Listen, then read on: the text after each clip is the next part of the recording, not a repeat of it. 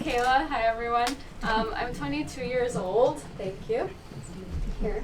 Okay, thanks. I'm 22 years old. I'm currently actually in my last year at Hunter College, majoring in creative writing, so yay! I joined Girls Right Now like 3 years ago. My favorite thing about being in Girls Right Now, I have to say, is a community. I'm very thankful for that. The piece that I'll be reading, which is Wilted Iris, which I'll go get right now, is actually named after my mother, whose name is Iris. So the piece really explores this trope that I feel has followed me and a lot of women in my community, and that is that a woman needs a man in order to be considered a whole human being, a whole person.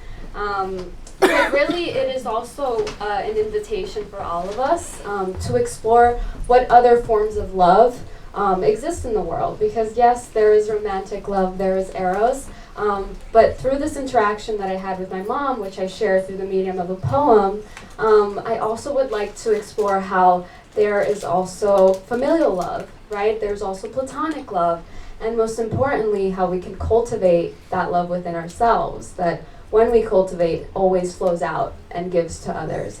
So I hope you enjoy. It's called Wilted Iris. Last night, my mother was splayed out, snoring on the living room couch. She'd fallen asleep to that telenovela, the one all soap operas rip off. A 20-something protagonist marries her job following a disappointingly long string of romantic failures that leave her wilted.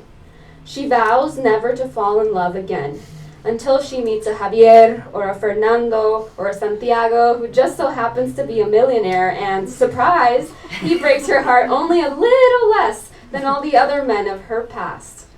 Heartache and bliss, measured precisely on 75 inches of screen, make it so that each episode ends with a slow pan to an impassioned kiss.